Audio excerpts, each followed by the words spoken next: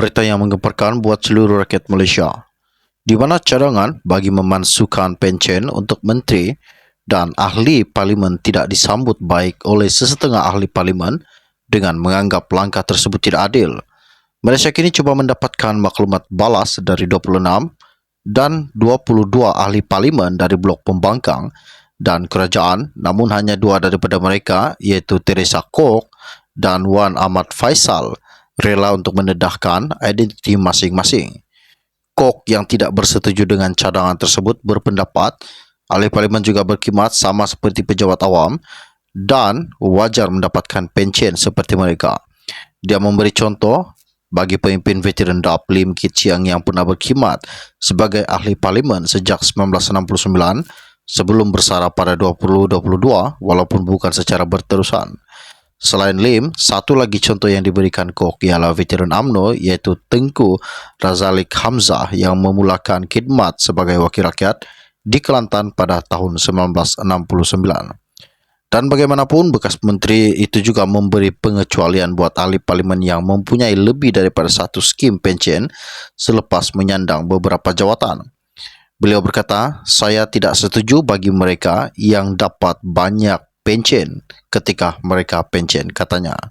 Pada 20 September, bekas penasihat ekonomi Perdana Menteri Muhammad Abdul Khalid menyarankan agar semua menteri dan ahli parlimen diajar untuk merasai kesempitan hidup seperti yang dilalui orang kebanyakan dengan membatalkan pencen mereka.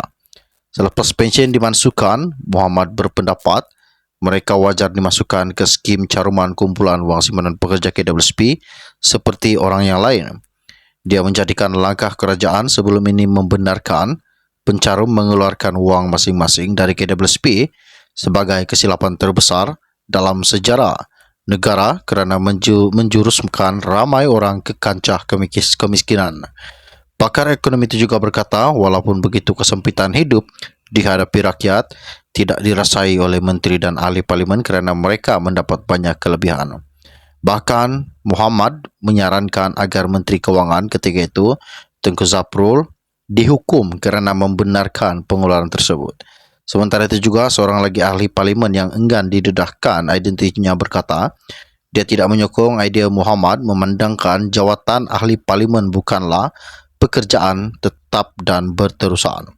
Menurutnya, beban terbesar ditanggung kerajaan adalah pencen untuk pejabat awam, tetapi Muhammad enggan menyentuh manfaat yang dinikmati oleh mereka kerana mendakwa.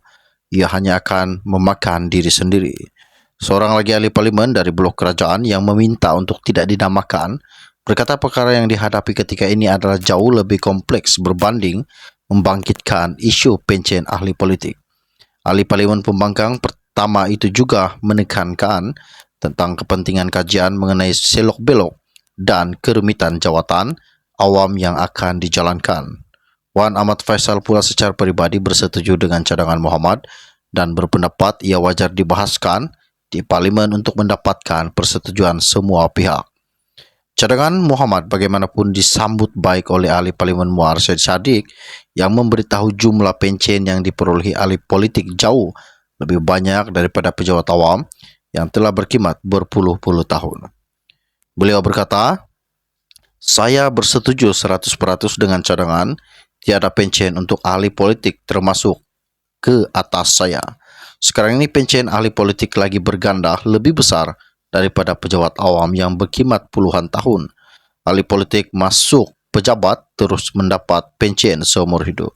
Pencen yang diorang dapat bertingkat-tingkat dan menteri MP adun macam-macam jawatan wajar sedangkan letak ahli politik di bawah KWSP sama seperti rakyat biasa," tulisnya di media sosial. Sekian info ringkas dari saya untuk anda. Kita akan berjumpa lagi. Salam jumpa dan salam kenal. Bye-bye.